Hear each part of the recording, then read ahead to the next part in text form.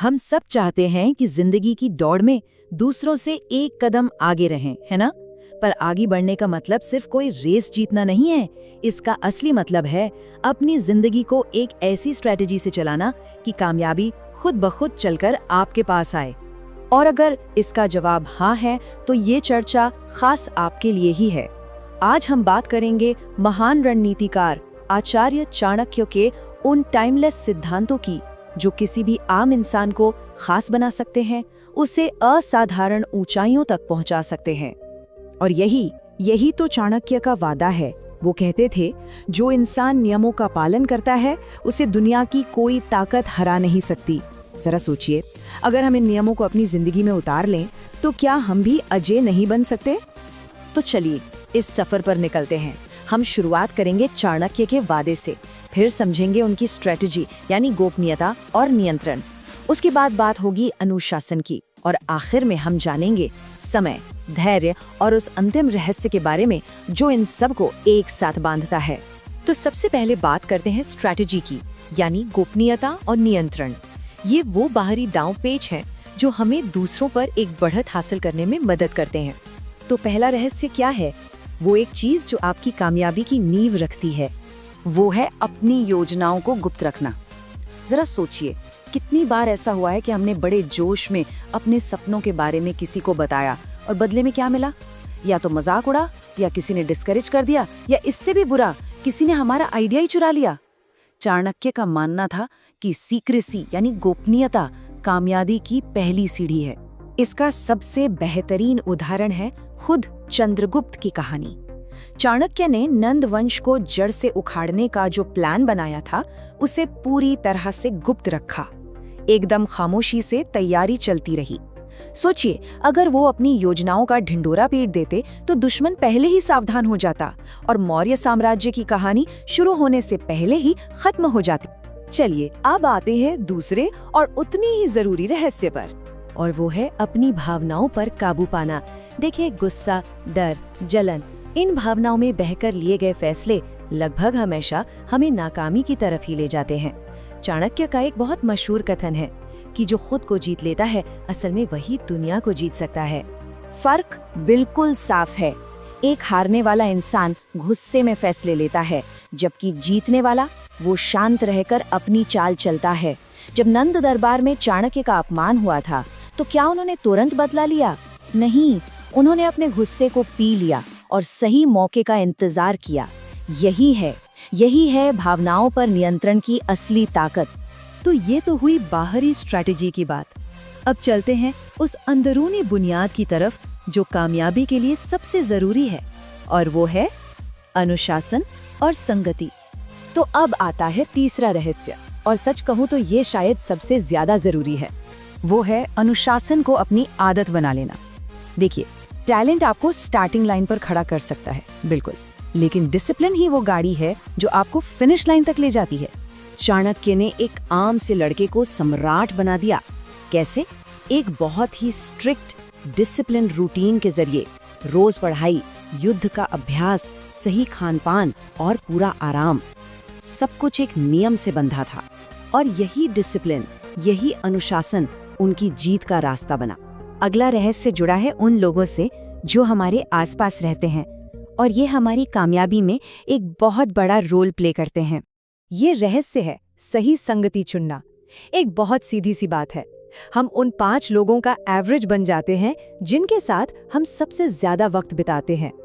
Negative लोग हमारी सारी एनर्जी खींच लेते हैं, जबकि पॉजिटिव लोग हमें आगे बढ़ने के लिए इंस्पायर करते हैं। और इसीलिए चाणक्य ने चंद्रगुप्त को आम लोगों की भीड़ से निकाला और उन्हें विद्वानों और योद्धाओं के बीच रखा।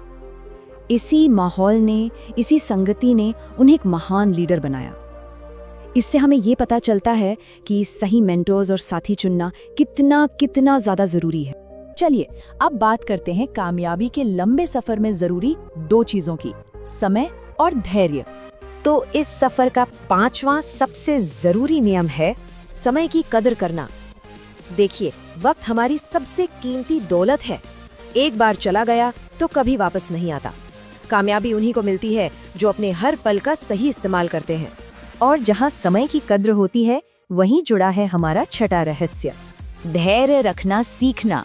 सफलता कोई इंस्टेंट नूडल नहीं है जो 2 मिनट में तैयार हो जाए। नहीं, जैसे एक बीज को फल देने वाला पेड़ बनने में वक्त लगता है, ठीक वैसे ही हमारी मेहनत को रंग लाने में भी वक्त लगता है। खुद चाणक्य ने अपने प्लान को कामयाब बनाने के लिए सालों तक सब्र किया था। और अब हम आ पहुंचे हैं उस आखिरी रहस्य पर जो इन सारी सिद्धांतों को एक साथ जोड़ता है और कामयाबी का ताला खोलता है।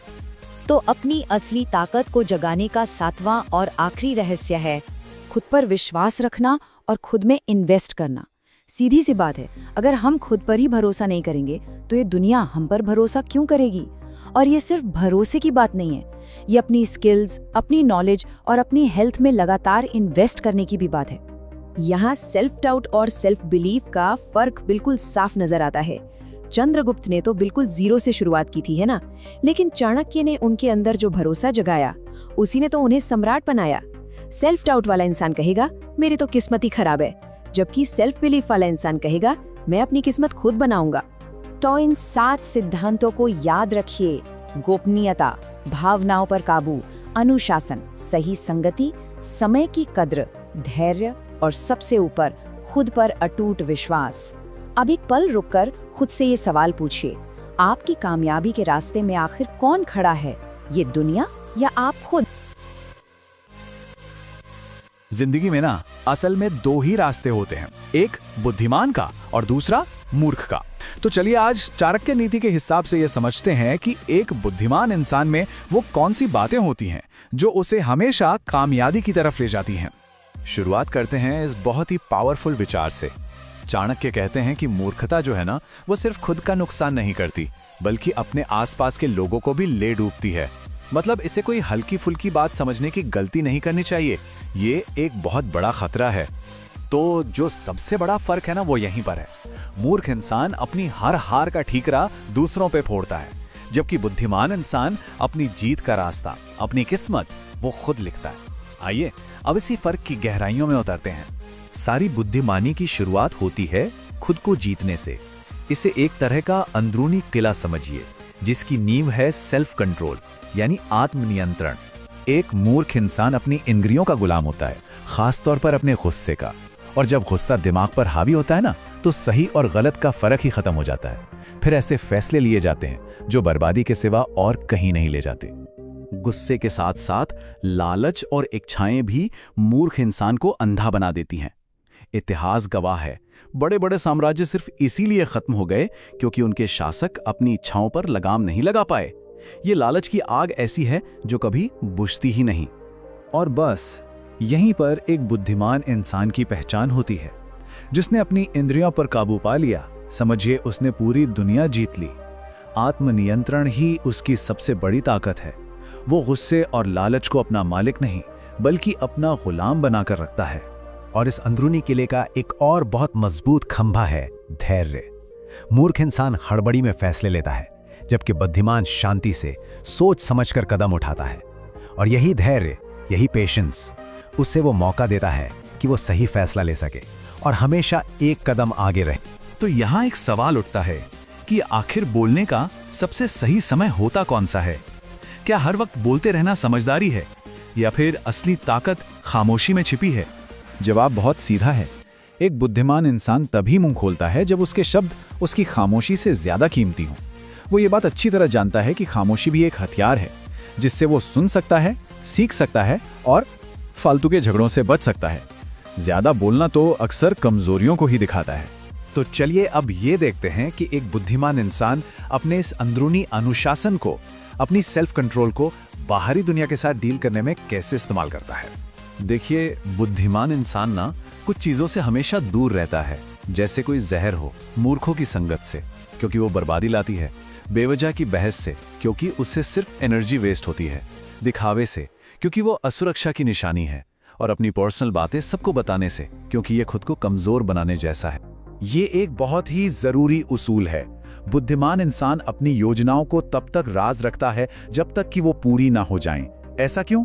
क्योंकि अगर ढिंडोरा पहले ही पीट दिया तो दुश्मन और जलने वाले लोग उसमें रुकावट डालने की पूरी कोशिश करेंगे। ये तुलना देखिए, सब कुछ साफ हो जाएगा। बुद्धिमान इंसान ज्यादा सुनता है, कम बोलता है। इससे उसे जानकारी मिलती है, ज्ञान मिलता है। वहीं दूसरी तरफ मूर्ख इंसान ज्यादा बोलता है और सुनता कम है, और इसी चक्कर में वो अपनी सारी कमजोरियां बता देता है और खुद के लिए मुसीबत खड़ी कर लेता है। और अब आते हैं हमारे आखिरी हिस्से पर। ये उन आदतों के बारे में है जो लगातार तरक्की और जीत की गारंटी देती हैं। इसे आप सफलता का इंजन भी कह सकते हैं। 24, ये नंबर क्या है? ये है हमारे दिन के 24 घंटे। एक बुद्धिमान इंसान के लिए ये उसकी सबसे कीमती दौलत है, और एक मूर्ख इंसान के लिए ये बस बर्बाद करने की चीज है। सीधी सी बात है, जो वक्त की कदर करता है, वक्त उसे कामयाब बनाता है। एक समझदार इंसान के लिए ना, सीखने की प्रक्रिया कभी खत्म नहीं होती। ज्ञानी वो असली दौलत है जिसे ना कोई चुरा सकता है, ना वो आग में जलती है, और ये बांटने से हमेशा बढ़ती ही है। मूर्ख को ये वहम होता है कि उसे सब पता है, जबकि बुद्धिमान जानता है कि सीखने को भी अभी बहुत कुछ बाकी है। और ये सीखने का रास्ता ना अक्सर गलतियों से होकर ही गुजरता है। एक बुद्धिमान इंसान कोशिश करता है, नाकाम होता है, अपनी गलती को मानता है, उससे सबक सीखता है और फिर एक नए तरीके से कोशिश करता है। जबकि मूर्ख वो या तो अपनी गलतियों को छुपाता है या फिर उसका इल्जाम दूसरों पर डाल देता है। तो असली बात यही है, एक बुद्धिमान इंसान नाकामयाबी से नहीं डरता, वो तो कोशिश ना करने के डर से डरता है। क्योंकि असली हार गिर जाना नहीं है, असली हार तो गिरकर दोबारा ना उठना है। हर नाकामी कामयाबी की सीढ़ी का एक नया पायदान होती है।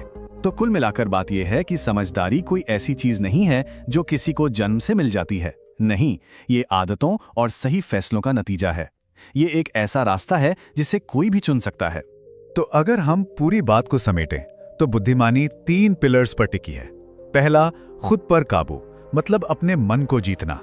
दूसरा, बाहरी दुनिया में लोगों से समझदारी से पेश आना। और तीसरा, हमेशा सीखने और आगे बढ़ने की सोच रखना। और आखिर में एक और बहुत जरूरी गुण है, विनम्रता, यानी ह्यूमिलिटी। घमंड इंसान को हमेशा नीचे गिराता है, क्योंकि घमंडी इंसान सीखना बंद कर देता है, जबकि विनम्रता से हमेशा तरक्की और इज्जत मिलती है। असली बड़प्पन तो सादगी में ही होता है। और अब हम अपनी बात एक आखिरी सवाल के साथ खत्म करते हैं। ये सवाल सिर्फ ज्ञान पाने के लिए नहीं, बल्कि उसे अपनाने और दूसरों के साथ बांटने के लिए भी एक चैलेंज है। क्यों? क्योंकि असली बुद्धिमानी ज्ञान को जमा करने में नहीं, उसे बांटने में है। तो सवाल यह है कि कोई कौन सा रास्ता चुनेगा?